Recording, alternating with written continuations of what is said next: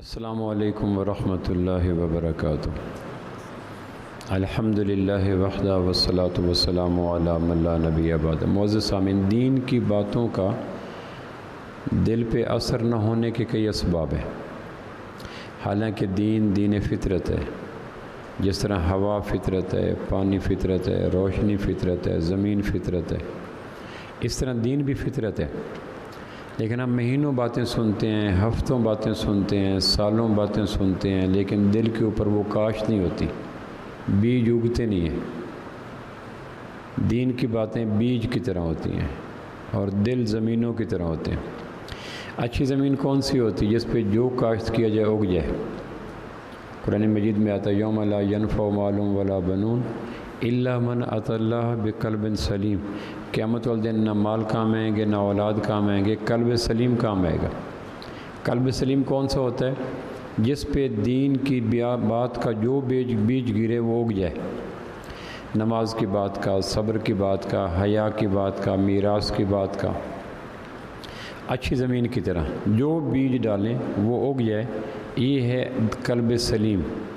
کاشتکار اس زمین کو پسند کرتا ہے جس پہ جو کاشت کیا جائے اس کی مقدار بڑھ جائے۔ تو ہمارے دلوں کی زمین پہ دین کی باتوں کے بیج اگتے کیوں نہیں؟ ہم کب سے نماز کی بات سن رہے ہیں، کب سے حیا کی بات سن رہے ہیں، کب سے مصنون زندگی کی بات سن رہے ہیں، لیکن نتیجہ خیز نہیں ہوتا، دل کی زمین پہ آبیاری نہیں ہوتی، اگتے نہیں ہیں۔ اس کی کئی وجوہات ہیں۔ ایک وجہ یہ ہے کہ ہم موت کی باتیں نہیں سنتے۔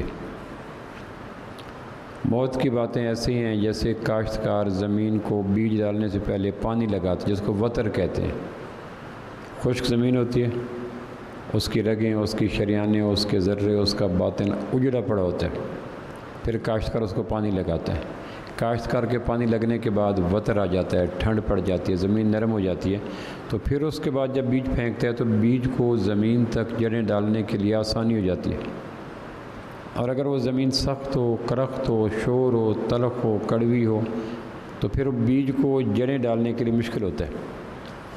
دل بھی زمین کی طرح ہوتے ہیں اور باتیں بیج کی طرح ہوتی ہیں۔ اگتی کیوں نہیں؟ کہ ہم موت کو یاد نہیں کرتے۔ ہماری زندگی کا 99% حصہ دنیا اور دنیا کے معاملات سے گھرا رہتا ہے۔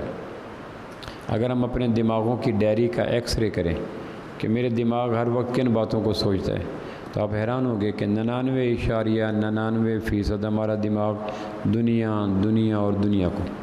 طالب علم کا اپنی دنیا ہے، کاشتکار کی اپنی دنیا ہے، تاجر کی اپنی دنیا ہے، زارع کی اپنی دنیا ہے، مزدور کی اپنی دنیا ہے، ملازم کی اپنی دنیا ہے، مل مالک کی اپنی دنیا ہے۔ آخر پہ آ کے سب کی لیلہ مقصود اور مطلوب دنیا بن جاتی ہے۔ تو جو آدمی ہر وقت دنیا اور دنیا کو سوچتا رہے، اس کا دماغ ایسا ہو جاتا ہے جیسے پتھر ہوتے ہیں۔ تو پتھروں پہ جتنے بیج پھینک لو، بیج شاندار ہو، دم کرو، قیمتی ہو، طاقتور ہو، لیکن نیچے اگر پتھر ہو تو کیسے ہوگے گا؟ تو اس وقت ہمارے دل پتھروں کی طرح ہو چکے ہیں، اور پتھر دلوں کو نرم کرنے کے لیے موت کی باتیں ہیں کہ مرنے کی آدمی سوچے۔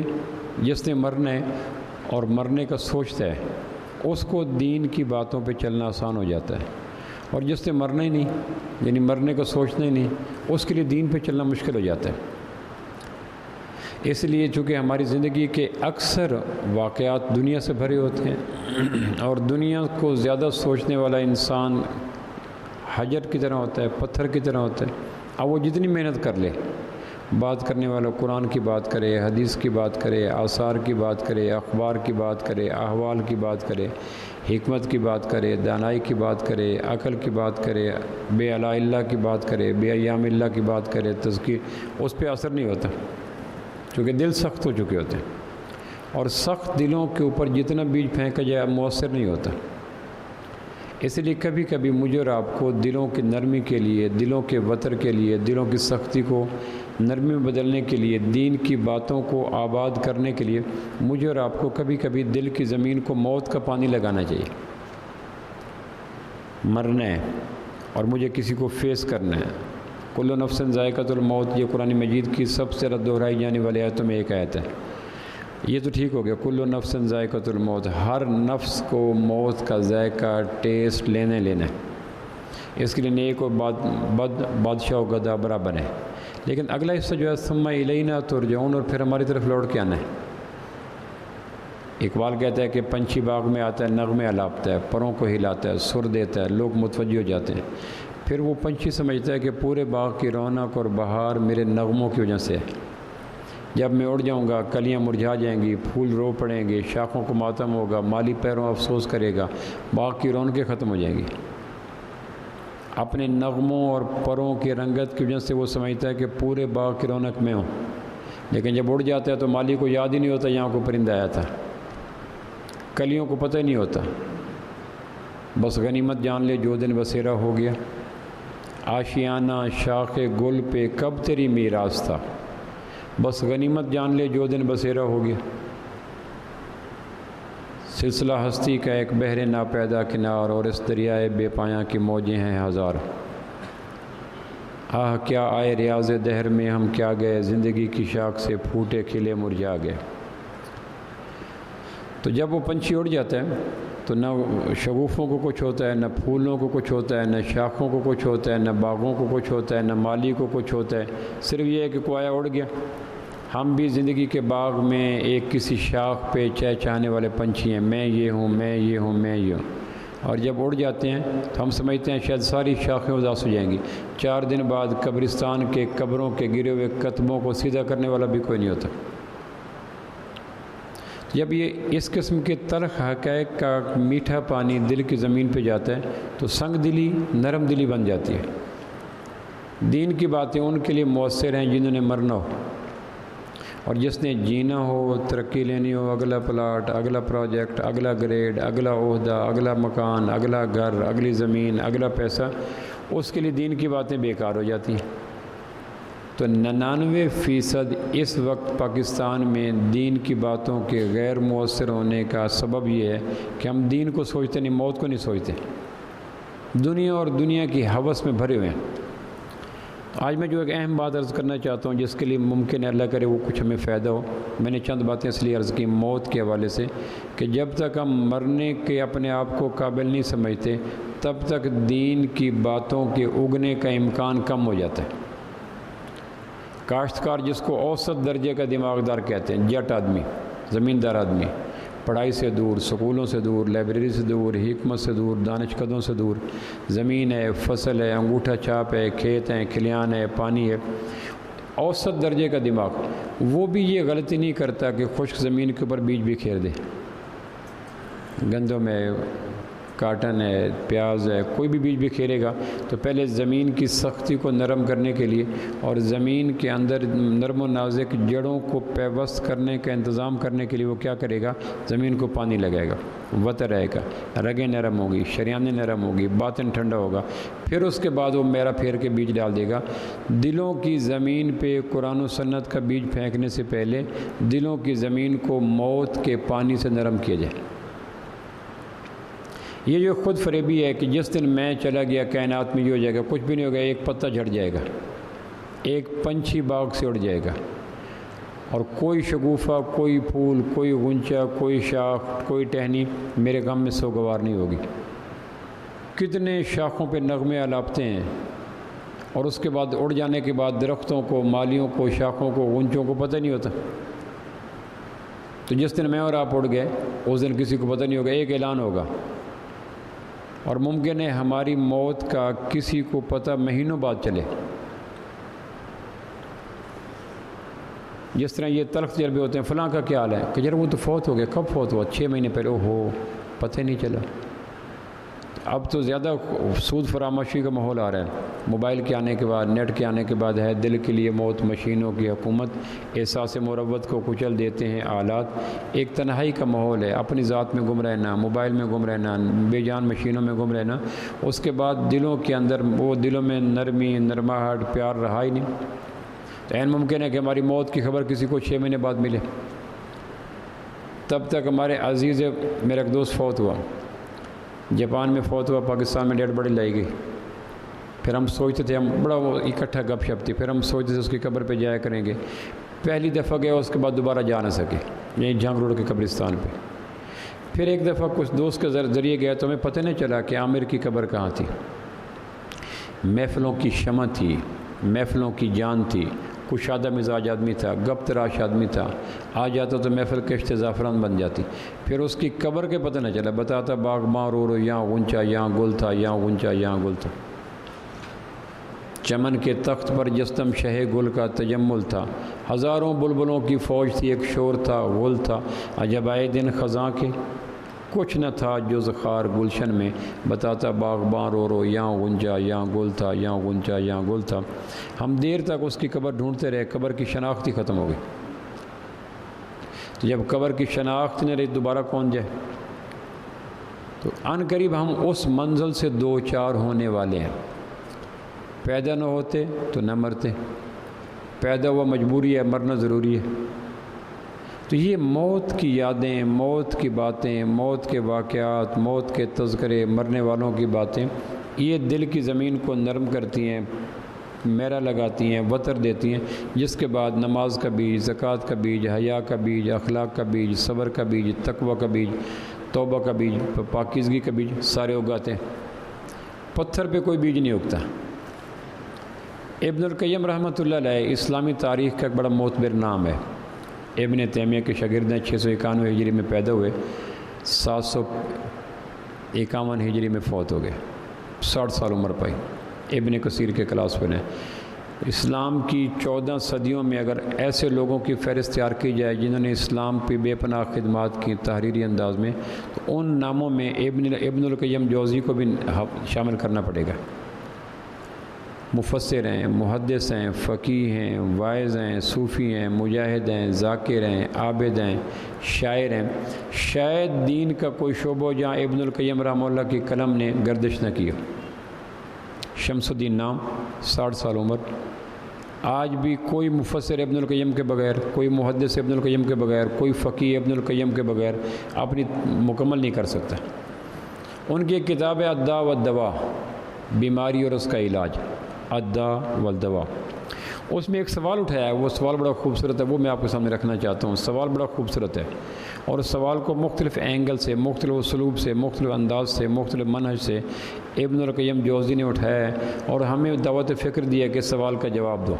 اور میں یقین سے کہتا ہوں جو شخص اس سوال کے جواب کو پا جاتا ہے، سوال دراصل قرآن کا ہے، ابن القیم نے اپنے اسلوب سے، نگارش سے، انداز سے اس کو ایک نیا روپ دے دیا ہے۔ جو شخص اس سوال کا جواب پا جاتا ہے اور اس پہ یقین کر جاتا ہے، پریشانیاں، بے چینیاں، تناؤ، بے قراریاں، الجھنیں اس کی زندگی سے یوں نکلتے ہیں جس سورج کے طلوع ہونے کے بعد اندھیرے چھٹ جاتے ہیں۔ ایک سوال ہے، اب سوال دیکھیں۔ ابن القیم جوزی رحمہ اللہ، شمس الدین نام، الداء والدواء، الداء والدواء، بیماری اس کا علاج۔ سوال کیا ہے؟ وہ سوال یہ کہتے ہیں کہ وہ کیا چیز ہے، یہاں سے آغاز لیتے ہیں، وہ کیا چیز ہے جس نے ابا آدم اور اماں حوا کو نعمتوں کے جہان سے نکال کر دکھوں کے جہان میں بھیجا۔ جنت جہاں دودھ کی نہریں، شہد کی نہریں، شراب کی نہریں، پانی کی نہریں، بہار، زندگی، آزادی، پیار، مقدس، محبت، مسرت، سونے چاندی کے محلات وہاں سے نکلے، اور دنیا جہاں دھوپ، غربت، بیماری، پریشانی، بڑھاپا، گرد و غبار، مشقت، موسم، تلخیاں، ترشیاں، وہ کیا چیز تھی جس نے ابا آدم کو مسرت کے مقام سے، شادمانی کے مقام سے، عزت کے مقام سے، قرار کے مقام سے، پیار کے مقام سے، دل جمعی کے مقام سے، آبرو کے مقام سے اتارا، اور دکھوں کے مقام پہ، تکلیفوں کے مقام پہ، بیماریوں کے مقام پہ، پریشانیوں کے مقام پہ، شدتوں کے مقام پہ لا پھینکا۔ وہ کیا چیز تھی؟ سوال ہے۔ پھر اس سوال کو ایک اور انداز میں لیتے ہیں، وہ کیا چیز تھی جس نے عزازیل جیسا شخص جو اللہ کا قریبی تھا، اللہ سے مکالمے کرتا تھا، اللہ سے باتیں کرتا تھا، براہ راست باتیں کرتا تھا، جنت کا خطیب تھا، فرشتوں کا سردار تھا، کف دست کے برابر جگہ پوری کائنات میں شاید جہاں اس کی پیشانی نہ جھکی ہو، اللہ کی VIP کابینہ کا رکن تھا، عزازیل نام تھا۔ وہ کیا چیز تھی جس نے عزازیل کو اللہ کے قرب سے، عزتوں سے، عبادت سے، محبت سے اتارا اور اس کو شیطان بنایا، ابلیس بنایا، ذلیل بنایا، ملعون بنایا، مردود بنایا، مقہور بنایا، مجبور بنایا، اور اللہ کے قرب ملأ اعلیٰ سے اتارا، سدرت سے اتارا، اور دوزخ کے گڑھوں میں جا پھینکا، اور قیامت تک کے لیے ذلت و رسوائی اس کا مقدر بن گئی۔ وہ کیا چیز تھی جس نے عزازیل کو شیطان بنایا، ملأ اعلیٰ کے مکین کو دوزخ کا رہنے والا بنایا، اللہ سے بات چیت کرنے والے کو ملعون بنایا، مردود بنایا، مقہور بنایا؟ وہ کیا چیز تھی؟ ابن القیم کا سوال۔ پھر وہ کہتے ہیں وہ کیا چیز تھی جس نے بھری پوری کائنات کے اوپر سیلاب چھوڑ دیا؟ نوح علیہ السلام کا زمانہ، پوری کائنات کے اوپر جو اجتماعی عذاب ہے وہ نوح علیہ السلام کے زمانے میں ہے۔ باقی کسی زمانے میں عذاب بستیوں میں ہے، خطوں میں ہے، علاقوں میں ہے، پہاڑیوں میں ہے، وادیوں میں ہے، شہروں میں ہے، علاقوں میں ہے، لیکن پوری روئے زمین پہ عذاب آیا ہو، یہ خاصیت صرف قوم نوح کی ہے۔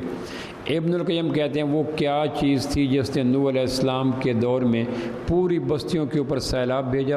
لوگ مکانوں پہ چڑھے، درختوں پہ چڑھے، جودی پہاڑ کی چوٹی پہ چڑھے، پانی نکلتا گیا، تندوروں سے پانی، درختوں سے پانی، ہاتھوں سے پانی، انگلیوں سے پانی، پہاڑوں سے پانی، یہاں تک کہ مہینوں تک پانی چلتا رہا اور مدتوں تک زمین پہ پانی بہتا رہا، اس کی تری، اس کی لاشیں بے گور و کفن اور گوشت خور جانوروں لاشوں کو کھاتے رہے اور بھری پوری بستی کو ویران کر دیا۔ وہ کیا چیز تھی جس نے قوم نوح کے زمانے میں پورا ایک عالمگیر سیلاب بھیج کر بستیوں کو برباد کر دیا؟ پھر وہ کہتے ہیں وہ کیا چیز تھی جس نے ایک طاقت کا شاہکار قوم، التی لم یخلق مثلھا فی البلاد، جن کی طرف ہود علیہ السلام بھیجے گئے، قوم عاد اس کو کہتے تھے، اونچی لمبی مضبوط قوم۔ قرآن مجید میں آتا ہے التی لم یخلق مثلھا فی البلاد، جن جیسے تکڑے، چوڑے، مضبوط، قوی الجثہ، مضبوط لوگ پیدا نہیں ہوئے۔ ان کے اوپر 7 لیال و 8 ایام، 7 راتیں اور 8 دن ہوا چلی، ان کو زمینوں سے اکھیڑا، ہواؤں میں پٹکا، آسمانوں سے جا کے قوم عاد کے سر ٹکرائے، آسمان کے قدسیوں نے ان کے درد سے معمور نغمے سنے، اور ان برباد قوموں نے آسمان کے فرشتوں کی تسبیحات سنی، پھر ہواؤں نے پٹکا دیکھا، زمین پہ لا کے پھینکا، اور پھر یوں پڑے تھے جس طرح کٹا ہوا کھجور کا تنا کھوکھلا ہو کے، پلپلا ہو کے، بے وقت ہو کے زمین پڑا ہوتا ہے۔ اور ماہرین اثریات بتاتے ہیں کہ اب بھی بحر مردار میں کچھ لاشیں اٹھتی ہیں جن پہ گمان ہوتا ہے وہ انسان نامی چیز ہیں، لیکن دور سے لگتا ہے جیسے کھجور کے تنے ہیں۔ وہ کیا چیز تھی جس نے زمین کی پستی سے آسمان کی بلندی تک جا کر جو پٹخا، تیسری منزل سے آدمی گرے تو اس کے چکنا چور ہو جاتا ہے، دوسری منزل سے گرے 30,000 فٹ کے بلندی سے جہاز گرے تو اس میں 1000 سواریوں میں کوئی بچتا نہیں ہے، لاکھوں میل کی بلندی سے جا کر پٹخا، وہ کیا چیز تھی جس کی وجہ سے قوم عاد کو اتنی بلندیوں پہ جا کے پٹکنا ضروری سمجھا گیا؟ پھر سوال اٹھاتے ہیں وہ کیا چیز تھی جس نے ایک سینسی مزاج قوم، صنعت عرفت کی ماہر قوم سمود کو اس کے اوپر چیخ آئی، سینے پھٹے، پیٹ پھٹے، کلیجے پھٹے، آنکھیں پھٹیں، جلد پھٹے، کان پھٹے، خون نکلا اور وہ بھولی بسری داستانیں بنے پڑے تھے۔ وہ کیا چیز تھی جس نے سائنسدانوں کا انجر پنجر ہلا کے رکھ دیا، اوپن ہارٹ سرجری ہو گئی، وجود تہس نہس ہو گیا، کیما بن گیا؟ وہ کیا چیز تھی؟ پھر وہ کہتے ہیں وہ کیا چیز تھی جس نے ایک مالدار شخص کو، متکبر شخص کو، جس کے سامان اونٹوں کے ایک قطاریں جس کے مکانوں کے خزانوں کی چابیوں کو اٹھاتی تھی، قارون، اس کو مال و منال سمیت، اہل و عیال سمیت زمین کا سینہ کھولا، نیچے گیا اور قیامت کی صبح تک وہ اس کے خزانے، اس کے اونٹ، اس کے مکانے، اس کے دفینے، اس کے خزینے، اس کے اہل و عیال قیامت کی صبح تک نیچے دھنستے چلے جائیں گے۔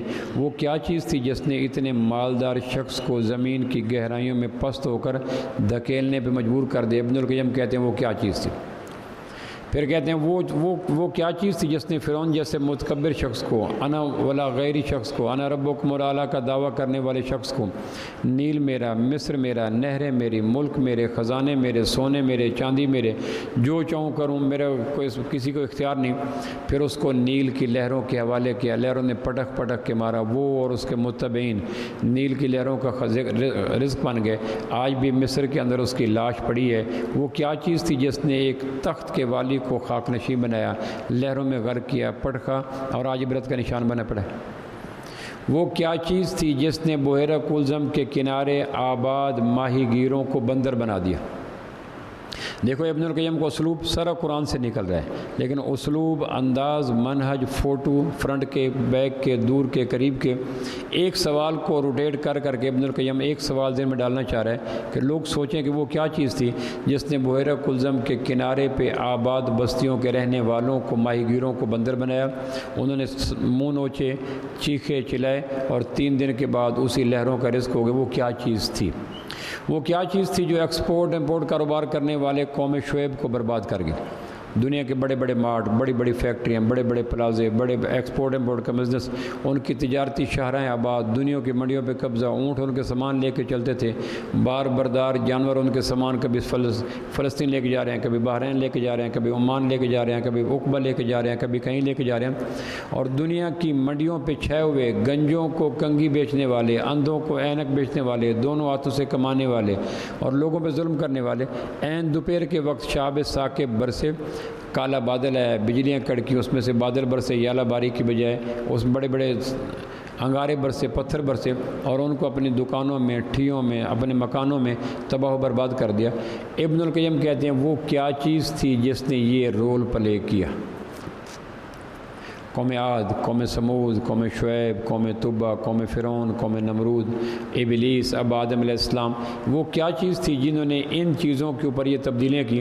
سوال اٹھانے کے بعد کہتا ہے اگر تمہیں یقین نہیں ہے تو قرآن مجید کی سورہ عنکبوت کی آیت پڑھو، فَكُلًّا أَخَذْنَا بِذَنبِهِ، ان تمام لوگوں کی پریشانیاں، تبدیلی احوال، اس کے پس منظر میں صرف ایک وجہ تھی، انداز ہلاکت کے الگ تھے، یہ پتھر سے مارے، یہ سیلاب سے مارے، یہ آندھیوں سے مارے، یہ زلزلوں سے مارے، یہ سیلاب سے مارے، یہ ڈی شیپ ہوئے، یہ ڈی شیپ ہوئے، الگ ہلاکت کے انداز الگ تھے، لیکن سبب ایک تھا۔ سورہ عنکبوت، فَكُلًّا أَخَذْنَا بِذَنبِهِ، یہ حکام کی وجہ سے نہیں مارے گئے تھے، احکام کو چھوڑنے کی وجہ سے، نافرمانیوں کے عادی ہونے کی وجہ سے مارے گئے تھے۔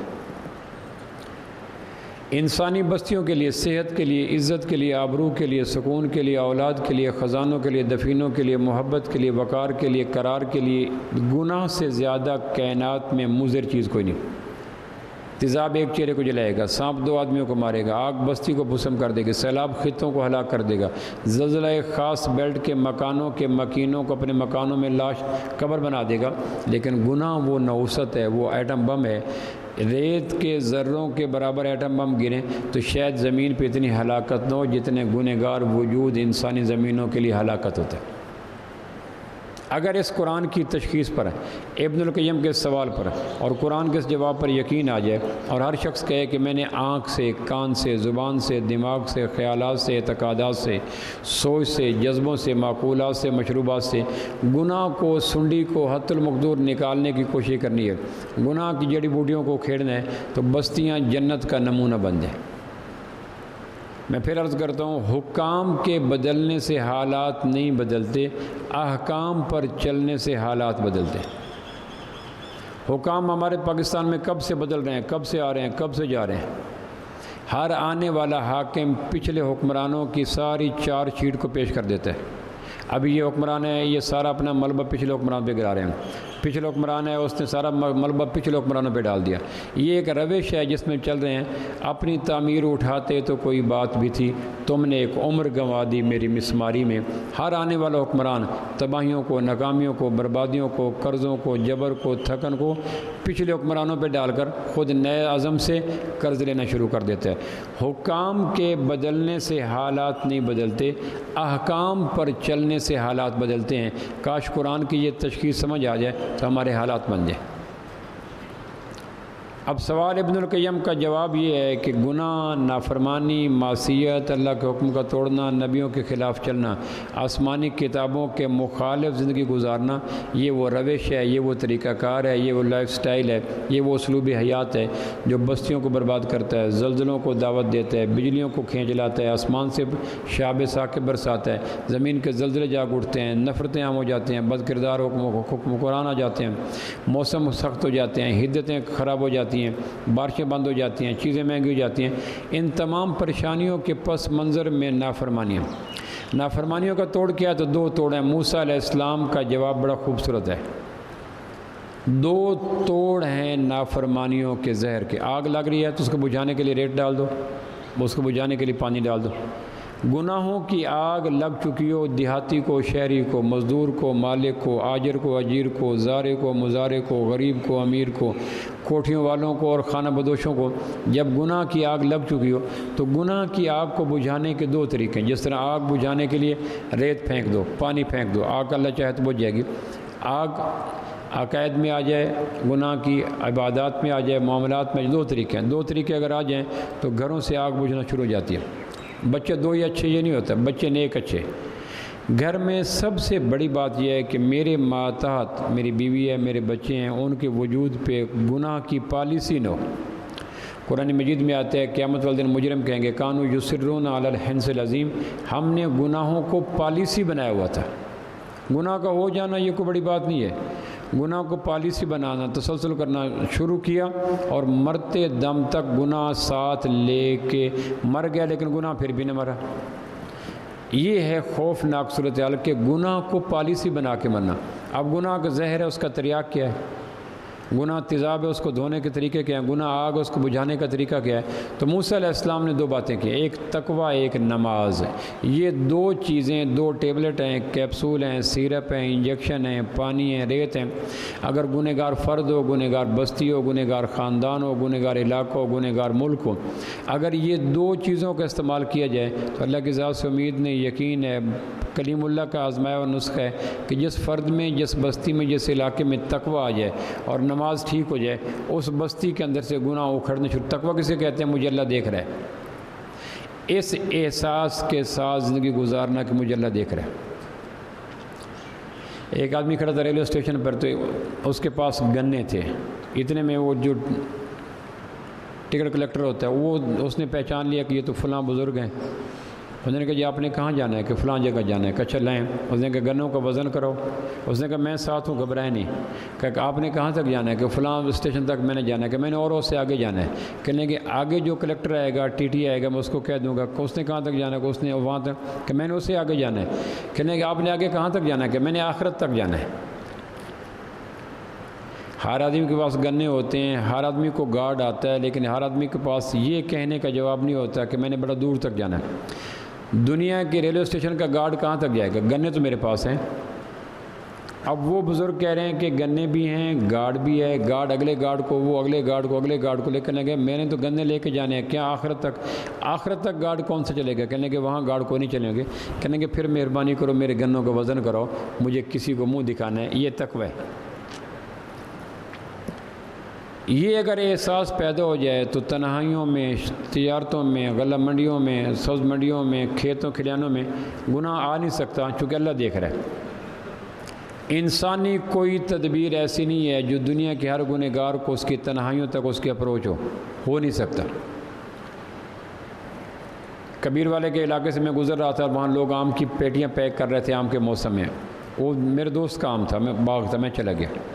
اس نے کہا پروفیسر پیٹیاں لے لیں۔ میں نے کہا یہ جو پیٹیاں پیک ہو رہی ہیں کہ یہ نہ لیں، آپ اپنی پیٹی لے لیں۔ میں نے کہا یہ بھی تو پیٹیاں، اس نے ایک پیٹی الٹی تو اوپر بڑے آم، نیچے چھوٹی چھوٹی املیاں پڑی تھی۔ اب کون سی دنیا کی کیمرہ ہے جو کبیر والے کے باغ کے اندر پیٹیاں بھرنے والوں کے اوپر واچ کر سکے کہ نیچے چھوٹے آم نہ بھرو، اوپر بڑے آم نہ بھرو؟ ناممکن ہے انسانی تدبیریں کائنات کے تمام گنہگاروں کے گناہ کے مقام تک ان کی ایکسیس و پہنچ ناممکن ہے۔ خرچ زیادہ ہوگا، تگ و دو زیادہ ہوگی، بھاگ دوڑ زیادہ ہوگی۔ ایک گھر کے اندر رہنے والا باپ 3 مرلے کے مکان تک بچے کے مقام گناہ تک نہیں پہنچ سکتا۔ سوچ میں کہاں پہنچے گا، آنکھوں میں کہاں پہنچے گا، لحاف میں کہاں پہنچے گا، واش روم میں کہاں پہنچے گا، بیڈ روم میں کہاں پہنچے گا، کمبل میں کہاں پہنچے گا۔ ایک 3 مرلے کے گھر میں رہنے والا خاندان سربراہ بیٹے کے مقام گناہ کو جڑوں سے نہیں اکھیڑ سکتا تا وقت ہے کہ اللہ کا احساس پیدا کرے، اللہ تمہیں دیکھ رہا ہے۔ اس کو تقوی کہتے ہیں۔ متقی سے شیطان ایسے ڈرتا ہے جس طرح سورج سے اندھیرا ڈرتا ہے۔ تو یہ تقوی کسی ٹیبلٹ سے، کیپسول سے، انجیکشن سے پیدا نہیں ہوتا، تقوی متقیوں کے پاس بیٹھنے سے پیدا ہوتا ہے۔ تو پہلا گناہ کے زہر کا علاج یہ ہے کہ آدمی دعاؤں میں کہ یا اللہ مجھے اپنے دیکھنے کا یقین نصیب فرما۔ اعلیٰ درجہ یہ ہے کہ میں اللہ کو دیکھ رہا ہوں۔ یہ نہیں حاصل ہو سکتا تو کم از کم یہ ہے کہ اللہ تو مجھے دیکھ رہا ہے۔ ما یکون من نجوا ثلاثہ الا هو رابعہم، تم تینوں چوتھا میں ساتھ ہوں، ولا خمسہ الا هو سادسہم، تم پانچ و چھٹا میں ساتھ ہوں، ولا ادنی من ذالک ولا اکثر الا هو معہم، تم پانچ سے زیادہ ہو، چھ سے کم ہو، ایک سے کم ہو، اللہ تمہارے ساتھ ہے۔ میں ایک جگہ لیکچر دے رہا تھا، سائنٹسٹ بیٹھے تھے، انہوں نے کہا یہ تو بڑا مشکل کام ہے کہ میں ہر وقت اللہ کو دیکھوں۔ میں نے کہا اس کے بغیر تو ابھی مسلمان نہیں ہو سکتا، یہ تو پریپ ہے، کے جی ہے، 1-2 کی کلاس ہے کہ میں اللہ کو، اللہ کم از کم یہ تو اللہ تو مجھے دیکھ رہا ہے۔ جس آدمی کا یہ یقین بھی نہیں ہے کہ اللہ مجھے دیکھ رہا ہے تو اس سے ہر گناہ کی توقع، جو سیدنا علی کا ارشاد ہے میں اللہ سے ڈرتا ہوں، یا اس سے ڈرتا ہوں جو اللہ کے حاضر ناظر ہونے کا یقین نہیں رکھتا۔ ابھی ہم نے طویل ایک تھکا دینے والی مشقت ریاضت کی، رمضان کے روزے، رمضان کے روزوں کا آؤٹ پٹ ہدف یہی تھا لعلکم تتقون، تاکہ تمہارے اندر تقوی کا مطلوبہ معیار پیدا ہو جائے۔ شوگر اتنی ہونی چاہیے، بی پی اتنا ہونا چاہیے، فلاں چیز ڈاکٹر بتاتے ہیں، اگر اس سے کم ہوا تو جھٹکے لگ سکتے ہیں، آدمی کومے میں جا سکتا ہے، کمزور ہو سکتا ہے، کہ جسم کا کوئی عضو خراب ہو سکتا ہے۔ اتنا تقویٰ تو ہو کہ آدمی یہ دیکھے کہ اللہ مجھے دیکھ رہا ہے، اس سے کم پہ تو مسلمان ہونے کا لیبل ہی نہیں لگتا۔ آدمی اپنی دعاؤں میں مانگے اللہ اپنے تقویٰ عطا کر، جس طرح ہم مانگتے ہیں نا، یہ مانگتے یہ وہ بھی مانگنے، ہر چیز مانگنے اللہ سے، جوتے کا تسمہ ٹوٹ جائے اللہ سے مانگے، لیکن اپنے مانگنے کی فہرست میں اللہ سے تقویٰ مانگے۔ پہلی صدی میں جو یہ فورسز نہیں تھی آدمیوں کے لیے، اور آدمی خود آ کے کہتے تھے مجھ سے گناہ ہوا، اور گنہگار سننے والا اس کو آگے پیچھے کرتا تھا۔ سیدنا علی کے پاس ایک آدمی ہے کہ میں نے اونٹ چوری کر لیا، سیدنا علی کرم اللہ وجہ کے پاس، فرمانا کہ تیرا اونٹ انہی اونٹوں جیسا ہوگا، تو نے غلطی سے کھول لیا ہوگا اپنا۔ اس نے کہا جی نہیں، مجھے پتہ تھا یہ چوری ہے۔ کہنے کہ کچھ پی پلا تو نہیں لیا، کوئی نشے میں تو نہیں تھا؟ کہنے یہ میں نشہ نہیں کرتا۔ کہنے غلط فہمی ہو سکتی ہے، کہنے کہ مجھے غلط فہمی کوئی نہیں ہوئی، کہ اونٹ کیا ہے کہ وہ میں نے پکڑا ہوا ہے۔ انہوں نے کہا ہاتھ کاٹ دو۔ جلاد کو بلایا، اس نے کہا لوہے گرم کرو، لوہا گرم کیا، ساتھ پٹی رکھو، دوا رکھو۔ جب سارے انتظام مکمل ہو گئے ہاتھ کاٹنے کے تو حضرت نے فرمایا اس کو تم 1 منٹ کے ٹھہرو، میں دوبارہ آتا ہوں، ابھی اس کا ہاتھ نہیں کاٹنا، میں دوبارہ آتا ہوں۔ اب وہ جس کے ہاتھ کٹنا ہے وہ دیکھ رہا ہے تلوار تیز ہو چکی ہے، پٹی ساتھ آ چکی ہے، کاٹنے والا آ چکا ہے، جلاد موجود ہو چکا ہے، اور چند لمحے کے بعد میں ایک ہاتھ سے محروم ہوگا۔ یہ سارا منظر اس کی آنکھیں دیکھ چکی ہیں، اور حضرت علی نے تیزی کے ساتھ اپنی چادر سنبھالی، کندھے پہ چادر رکھے اور چلے گئے۔ آدھے پونے گھنٹے کے بعد آ کے اجنبی بن کے کہنے لگا تو کون ہے؟ وہ جو مجرم تھا، یعنی ایک پوز کیا کہ تو کون ہے؟ اس نے کہا جی میں فلاں قبیلے کو ہوں۔ پھر کہنے کہ وہ قبیلہ بڑا شریفوں کا ہے، مہمان نوازوں کا ہے، میں اکثر اس قبیلے سے گزرتا ہوں، اس قبیلے کی مہمان نوازی، سخاوت، حیا، شجاعت بڑی معروف ہے، تم تو بڑے معزز قبیلے سے تعلق رکھتے ہو۔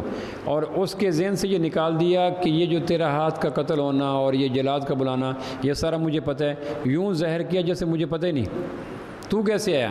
کہ یہ انہوں نے کہا میں نے چوری کی، اپنے موقف سے پھر گئے۔ انہوں نے کہا میں نے چوری کیا؟ کہ نہیں تو چور کہاں ہو سکتا، تیرا قبیلہ چور نہیں ہے، چلو بھاگ جا یہاں سے۔ اس کو اٹھا دی۔ جلاد نے کہا یہ کیا؟ کہنے لگے اسی کے کہنے پہ ہاتھ کٹ رہا تھا، اسی کے انکار پہ ہاتھ چھوڑ دیا۔ اسلام کو حد لگانے میں سخی تھوڑا ہے، اسلام کا مزاج ہے کہ لوگوں کو اپیج کرو، معذور کرو۔ وہی وٹنس تھا نا، گواہ تو وہی تھا کہ میں نے چوری کی، اور وہی مکر گیا گواہ۔ تو جب گواہی مکر گیا تو پھر کس کی بنیاد پہ حد جاری کریں؟ حد تو گواہ کی بنیاد پہ تھی، گواہ اس نے انکار کر دیا، وہ کہتا ہے انہوں نے کہا چوری کی، یوں پھر حدیں۔ تو پہلی صدی میں گناہوں کی چڑیا کم سے کم تھی۔ وجہ یہ تھی کہ آمنہ کے لال صلی اللہ علیہ وسلم نے تقویٰ کے چراغ روشن کیے تھے۔ اب انہیں ڈھونڈ چراغ رخ زیبا لے کر آئے وہ شاک گئے وعدہ فردہ لے کر۔ اگر کوئی ایکس رے مشین ہو جو یہ دلوں کے اندر اللہ کے دیکھنے کے تقویٰ کے چراغ کو ڈائیگنوز کر سکے تو لاکھوں لوگ ایسے سینے نظر آئیں گے جہاں تقوی کا چراغ صدیوں سے جلا ہی کوئی نہیں۔ ہماری زندگی میں تقویٰ کا چراغ نہیں، اس لیے سب سے زیادہ مکان سے، گاڑی سے، گھر سے، پیسے سے، کاروبار سے، صحت سے کروڑ گنا ضروری ہے کہ اللہ تقویٰ کا چراغ روشن کر، چونکہ یہ چراغ دنیا میں کلمہ دیتا ہے، نظر قبر میں وسعت دیتا ہے، میزان میں آسانی دیتا ہے، پل صراط پہ عافیت دیتا ہے، 50,000 سال میں ٹھنڈک دیتا ہے، گناہوں سے بچاتا ہے، اللہ کا قرب پیدا کرتا ہے۔ اگر تقویٰ کا چراغ نہیں ہے تو بجھی عشق کی آگ اندھیر ہے، مسلمان راکھ کا ڈھیر ہے۔ غیر متقی کے بیت اللہ کے طواف بھی بد نظری سے آلودہ ہوتے ہیں، غیر متقی کے نمازوں کے سجدے بھی شہوت سے بھرے ہوتے ہیں، غیر متقی کی سحری اور افطاری بھی حرام سے پاک نہیں ہوتی۔ جو آدمی نماز کے سجدوں میں ویران ہے وہ دکان پہ کب آباد رہے گا؟ وہ جو بچی ماں کہہ رہی ہے بیٹی دودھ میں پانی ملا لو، دراصل دیکھنا چاہ رہی ہے کہ رات کے اندھیرے میں بیٹی کے سینے میں ایمان کا چراغ، تقویٰ کا چراغ روشن ہے یا نہیں ہے؟ یہ نہیں تھی کہ ماں اس کو گناہوں کی طرف ترغیب دے رہی تھی، دراصل وہ حکمت کے ساتھ دیکھنا چاہ رہی تھی کہ رات تاریکی، مدینہ، کچا گھر، اندھیرا، ایک اس میں گناہوں کے امکان بڑھ گئے کہ بیٹی دودھ میں پانی ملا لو۔ کمی عمر نے منع کیا ہے، بیٹی عمر کو کیا پتا، کہ اللہ کو تو پتہ ہے۔ تو ماں نے کہا شکر ہے بیٹی جوانی جسمانی اعتبار سے بھی بالغ ہے اور بیٹی کے سینے میں تقویٰ کا چراغ بھی فروزہ ہے۔ یہ چراغ روشن کرنا والدین کے فرائض میں سب سے بڑا فریضہ ہے۔ وہ جو لقمان حکیم ہے، یا بنیہ لا تشرک باللہ، یہاں سے آغاز ہوتا ہے۔ لقمان جب اپنے بیٹے انم سے باتیں کر رہے ہیں تو یہ نہیں کہہ رہا بیٹا دکان یوں کر، تجارت نہیں، پہلا یہ ہے یا بنیہ۔ یہ ہر والدین کے ذمہ ہے وقت نکال کے، سرمایہ نکال کے، بچے کے پاس بیٹھ کے، کول ڈاؤن ہو کے، ٹھنڈا ہو کے، بچے کے سینے میں تاکچے کے اندر چراغ جلائے تقوی کا، پھر بچے کو جہاں چھوڑ دے روشنی ہوگی۔ یا بنیہ انہا ان تک مثقال حبۃ من خردل فتکن فی صخرۃ او فی السماوات او فی الارض یاتی بہ اللہ۔ بیٹا رائی کا ایک دانہ ہو، وہ آسمانوں میں ہو، وہ پہاڑوں میں ہو، وہ زمینوں میں ہو، وہ پانیوں میں ہو، وہ چٹانوں میں ہو، تیرے رب کی نگاہ سے اوجھلنی ہے۔ جب رائی کا دانہ اتنے بلند و بالا مقام پہ اوجھلنی ہے تو تیری یہ نظروں کی خیانت، زبان کی خیانت، سوچوں کی خیانت، جذبوں کی خیانت بھلا اس کی نظر سے کیسے اوجھل ہوگی؟ والدین کے فرائض میں سب سے بڑا فرض FA BA MA MBBS CSS کرانا نہیں ہے، سب سے بڑا فرض ہے کہ سب سے پہلے والدین بچے کے سینے میں حکمت کے ساتھ، دانائی کے ساتھ، وزڈم کے ساتھ وقت نکال کر روز کی بنا پہ دل کے تاکچے میں تقویٰ کا چراغ روشن کرے۔ جس دن یہ چراغ روشن ہو گیا، یہ تاجر ہوگا تو دیانتدار ہوگا، یہ حکمران ہوگا تو عاجز ہوگا، یہ زمیندار ہوگا تو حق ادا کرنے والا ہوگا، یہ جوان ہوگا تو عصمت انداز ہوگا۔ اور اگر یہ تقویٰ کا چراغ نہیں ہے تو جہاں بھی ہوگا گڑبڑ کرے گا، اندھیرے کو ہر جگہ ٹھوکریں لگتی ہیں۔ ہم اپنے گھر میں رہتے ہیں، بجلی چلی جائے اسی کمرے میں سالوں سے رہ رہے ہیں، ہمیں پتہ ہے کہ یہاں ڈریسنگ ہے، یا بیڈ ہے، یا صوفہ ہے، یا کمرہ ہے، یہاں دیوار ہے، یا ٹیبل لیمپ ہے، لیکن بجلی چلے جانے کے بعد پھر بھی کہیں گھٹنا لگے گا، کہیں ہاتھ لگے گا، کہیں پاؤں لگے گا، کہیں ناخن لگیں گے، حالانکہ کمرے کو جانتے ہیں۔ اس طرح حلال حرام کے بھرے ہوئے جہان میں اگر سینے کے تاکچے میں تقویٰ کا چراغ روشن نہ ہو تو جگہ جگہ پہ جھٹکوں دھچکوں کا امکان ہر حال میں لگا رہتا ہے۔ کس جھٹکے سے بچائیں گے؟ چراغ روشن کریں۔ تو پہلی چیز ہے گناہ کے اثرات سے بچنے کے لیے تقویٰ کا چراغ۔ میرا بچہ یہ کر رہا ہے، یہ کر رہا ہے، یہ کر رہا ہے، تقویٰ کا چراغ روشن ہے؟ کبھی کبھی اس کو جسٹیفائی کیا، ٹیسٹیفائی کیا، سنبھالا؟ اگر یہ نہیں سنبھالا تو قیامت والے دن پوچھ جائے گا کہ تربیت تو جانور بھی کرتا ہے، تربیت تو کافر بھی کرتا ہے، تربیت تو غیر مسلم بھی کرتا ہے، تم نے بھی تربیت کی، اس نے ڈاکٹر بنایا، اس نے انجینئر بنایا، تقویٰ اختیار پیدا کیا؟ غیر متقی شخص جنگل کے درندوں کا مجموعہ ہوتا ہے، اس میں عیاشی بھی ہوتی ہے، وارگی بھی ہوتا ہے، ظلم بھی ہوتا ہے، مکروہ بھی ہوتا ہے، غلاظت بھی ہوتی ہے، کباہت بھی ہوتے ہیں، ڈر بھی ہوتا ہے۔ پورے جنگل کے درندوں کی صفات مذمومہ کا مجموعہ وہ شخص ہوتا ہے جس کے سینے کا تاکچہ تقویٰ کے چراغ سے محروم ہو۔ سب سے بڑی دوسری چیز جو گناہ کو ختم کرتی ہے وہ ہے اقم الصلاۃ ان الصلاۃ تنہی عن الفحشاء والمنکر۔ نماز قائم کرو۔ قائم شدہ نماز تمہارے اندر اور باہر، داخل اور خارج، ظاہر اور باطن، کان اور دماغ، زبان اور سوچ، ہر جگہ سے گناہ کو یوں نچوڑ پھینکے گی جس طرح طلوع آفتاب کے بعد پگڈنڈیوں کا، گھروں کا، چھتوں کا، دلانوں کا، مکانوں کا، سینوں کا، منڈیوں کا، بازاروں کا اندھیرا نچڑ جاتا ہے۔ جس دن نماز کا اقم الصلاۃ کا سورج طلوع ہو گیا تمہارے وجود کے اندر بھی گناہ ختم ہو جائیں گے۔ لیکن نماز قائم کی جائے۔ میں نے پہلے بھی عرض کیا تھا ہم نماز پڑھتے ہیں، قائم نہیں کرتے۔ اللہ کا وعدہ اس نماز پہ ہے جو نماز قائم کی جائے، برانڈ ہے خاص۔ اقیم قرآن مجید میں جب بھی لفظ آیا اسی ڈائی پہ اقیم الصلاۃ، یقیم الصلاۃ، تقیم الصلاۃ، اقیم الصلاۃ، اقیم الصلاۃ، تقیم الصلاۃ۔ اس سے کم پہ اللہ نماز پہ کمپرومائز کرتا ہی نہیں۔ اقیم الصلاۃ کے دو مفہوم ہیں۔ پہلا مفہوم یہ ہے کہ اپنی نماز ہر آنے والی نماز گزری نماز سے بہتر ہو۔ اس احساس کے ساتھ گزری نماز پڑھنا کہ گزشتہ نماز کے ناقص خامیاں، کمیاں جو رہ گئی تھیں وہ، اور عام طور پر کمیاں 6 جگہ پہ آتی ہیں۔ میں پھر عرض کر دیتا ہوں، نماز میں کمیاں 6 جگہ سے آنے کا امکان ہوتا ہے۔ ان 6 جگہوں کو، 6 چور دروازوں کو، 6 مقامات کو نظر رکھیں۔ یہاں نماز کو اقیم سے پڑھنے پر لانے کا موقع شیطان کو رہتا ہے۔ سب سے پہلے وضو کے اندر گڑبڑ کرتا ہے۔ وضو میں دو چیزوں کا خیال ضرور کریں. وضو دو طہارتوں کا نام ہے، دو پاکیزگیوں کا نام ہے. جسم کی ظاہری پاکیزگی، مٹی، گارا، گرد و غبار، کیچڑ، اور جسم کے اعضاء کی باطنی پاکیزگی کہ زبان کے اندر اگر کوئی چنا پھنسا ہوا ہے، کوئی چاول پھنسا، اس کو بھی نکالیں، اور زبان میں اگر کوئی غیبت ہے، جھوٹ ہے، حسد ہے، گالی ہے، اس کو بھی نکالیں. ان دو چیزوں کے طہارتوں کا نام وضو ہے. ہمارا وضو ایک طہارت ہوتا ہے، دوسری طہارت نہیں ہوتا ہے. ہم جو وضو خانے ہمارے بنے ہوتے ہیں، مچھلی بازار، نیا مولا کی منڈی، سبز منڈی بنی ہوتی ہے، گپ شپ، ہنسی مذاق. اس کی وجہ یہ ہے کہ ہماری نماز کے وضو میں باطنی طہارت کا خیال نہیں ہوتا. صالحین کا وضو کرتے ہوئے رنگ بدلنا، پریشان ہونا، چہرہ پیلا ہو جانا، زرد ہو جانا، ہلدی کی طرح پیلا ہو جانا، اس کی یہ تھی کہ وہ زبان کا وضو کلی بھی کرتے تھے، اور زبان کی ڈاڑوں میں پھنسے ہوئے مانوی گناہوں کو دھونا بھی استغفار سے ضروری سمجھتے تھے. پہلی وضو کی غلطی ہوتی ہے. کیا ہمارا وضو ٹھیک ہے؟ یہ ہر آدمی خود غور کرے، دوسرے پہ تبصرہ نہ کرے. کتنی دفعہ میں نے وضو کرتے ہوئے آنکھوں کو دھویا اور آنکھوں کی بے حیائی کو دھویا، آنکھوں کی شہوت کو دھویا، آنکھوں کی آوارگی کو دھویا. اگر میں آنکھیں مل مل کے دھوتا رہا اور آنکھوں کے اندر سیاہ ڈھیلوں کے بیچ میں چھپے ہوئے شہوت کے داغ نہ دھوئے تو میں نے وضو کا ایک حصہ کیا، دوسرا حصہ کیا ہی نہیں. اس آدمی کا وضو کبھی اس کی نماز کو قائم کرنے پہ نہیں لا سکتا. جس دامن میں 100 چھید ہوئے اس دامن کا پھیلانا کیا. دوسرا جو گڑبڑ ہو سکتی ہے نماز کے پڑھنے اور حاکم کرنے میں، وہ ہے گھر سے لے کر، دفتر سے لے کر، دکان سے لے کر، جہاں سے آپ اٹھے وہاں سے لے کر مسجد تک آنے والے درمیانی سفر اگر گڑبڑ ہو گیا تو نماز خراب ہو جائے گی. نماز جو سفر ہم کرتے ہیں گھر سے لے کر مسجد تک، دکان سے لے کے مسجد تک، یہ مسنون سفر کروانے کی ایک مشق ہوتی ہے. جس طرح استاد بڑے امتحان سے پہلے چھوٹے ٹیسٹ لیتا ہے، چھوٹے امتحان لیتا ہے تاکہ ایگزام فیئر ختم ہو جائے، ایگزام خوف ختم ہو جائے، اس کو لکھنے کی مشق آ جائے، بر وقت سوال اٹیمپٹ کرنے کی مشق آ جائے.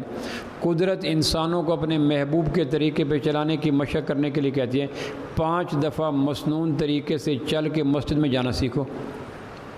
ایک آدمی گپ شپ کرتا آ رہا ہے، لطیفے سنتا آ رہا ہے، موبائل سنتا آ رہا ہے، پٹواری کی گھوڑی کی طرح دائیں بائیں دیکھتا آ رہا ہے، تو اس کی نماز کبھی بھی گناہوں کے داغ دھولنے کا باعث نہیں بن سکتی، کیونکہ نماز کے اندر گناہ آ گئے. صالحین کی نماز میں شامل ہوتی تھی، جب گھر سے اٹھے ہیں تو آنکھ جھکا کے نماز کو سوچتے ہوئے، جسم میری یہ ایک مشق ہے. اللہ کے نبی کیسے چلتے تھے؟ جیسے بلندی سے پستی کی طرف کو آدمی آ رہا ہو. آپ پہاڑوں پہ چڑھتے، آپ نے اکثر پہاڑوں پہ گئے ہوں گے، پہاڑوں پہ بلندی سے پستی میں آنے والا آدمی، اس کی نگاہ اگلے پتھر پہ ہوتی ہے جہاں اگلا پاؤں رکھنا ہوتا ہے. یہ نہیں ہوتا کہ 50 فٹ آگے نظر ہو تو پاؤں پھسل سکتا ہے. اللہ کے محبوب کی چال کا جو محدثین نے شمائل ترمذی میں لکھا ہے وہ یہ تھا کہ جس طرح آدمی پہاڑ پہ چڑھتا ہے تو اگلے پتھر پہ نظر ہوتی ہے، یا بلندی سے نشیب کی طرف آتا ہے تو اگلے پتھر پہ نظر ہوتی ہے. 5 وقت کی نماز میں یہ دیکھیں. تیسری چیز جہاں نماز کے اندر گڑبڑ کا اندیشہ ہو سکتا ہے وہ ہے نماز کے وقت کو آگے پیچھے کر دینا ہے. 1:30 بجے، 1:45 بجے، 2 بجے، 2:15 بجے، 2:30 بجے، 3 بجے، جب گاہکوں سے فارغ ہو گئے، جب نیند سے جاگ گئے، جب الیکشن کمپین سے فرصت ہو گئی، جب میٹنگ ختم ہوگی. یہ تیسرا مرحلہ ہے جہاں نماز قائم کرنے سے پڑھنے کی طرف چلی جاتی. اور پڑھی جانے والی نماز خود داغدار ہے، اس نے کیا دھونا دوسروں کو. فقیر کا کشکول اگر خالی ہو تو اس نے کسی مانگنے والوں کو اپنے کشکول سے کیا دینا، اس کا تو خود کشکول خالی ہے. اس نماز نے داغ دبے دھونے تھے، نماز خود داغدار ہوگی. کانت علی المؤمنین کتابا موقوتا، اور فقہاء نے لکھا ہے 3 ہی درجے ہیں وقت کے. اذان سے پہلے وضو کر کے مسجد میں جا بیٹھے، اذان ختم ہونے سے پہلے مسجد میں جا کے بیٹھے، یا تیسرا اور تھرڈ اور آخری طریقہ یہ ہے کہ امام نماز کے اوپننگ میں کہ اللہ اکبر، اور یہ امام کی ریغ ختم ہو اور اس کے الف اللہ اکبر کے الف شروع ہو جائے. یہ 3 آئیڈیل ہیں نماز کے وقت کی پابندی کے. اس سے اگر پھسلنا شروع ہو گئے اور ندامت نہیں، دکھ نہیں، افسوس نہیں، تو سمجھ لیں نماز قائم کرنے سے پڑھنے کی طرف چلے گی. یہ 1000 سال کی نماز بھی اس کے جسم کے اندر چھپے ہوئے گناہوں کو دھونے کی تاثیر نہیں رکھتی. چوتھی چیز جو نماز کے اندر وہ ہے نماز کی حرکات. اللہ اکبر کہنے کے بعد 5 منٹ جسم کے اعضاء کو وہاں رکھے جہاں اللہ چاہتا ہے.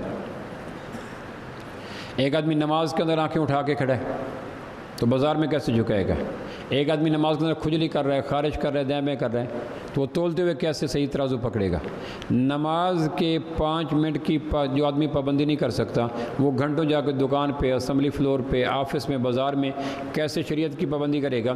نماز اعضاء کو، جسم کو 3 منٹ 4 منٹ پابند رکھنے کا نام ہے، اور ہر وقت آ کر جسم کو پابند کریں یہ۔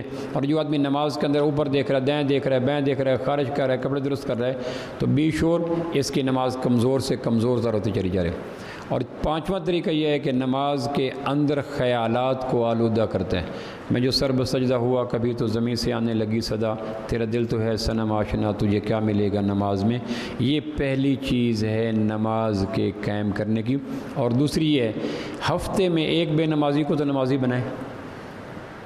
ان دنوں الیکشنوں کا موسم عروج پہ ہے، بارودی سرنگیں کاشت کی جا رہی ہیں، دلوں میں نفرتیں بھری جا رہی ہیں۔ اچھے اچھے لوگ 2 منٹ تک کول ہو کے گفتگو نہیں کر سکتے سیاسی موضوع پر۔ کتنے ظالم ہیں جنہوں نے محبت کرنے والے دلوں کے اندر اتنی آگ، بارود، مائنز بھر دی کہ 1.5 منٹ کے بعد آنکھیں تندور بنتی ہیں، لہجہ آگ بن جاتا ہے، زبان انگارے بن جاتی ہے۔ اس موسم میں آپ دیکھتے ہیں کہ سپورٹر کتنے اچھے لگتے ہیں کینڈیڈیٹس کو۔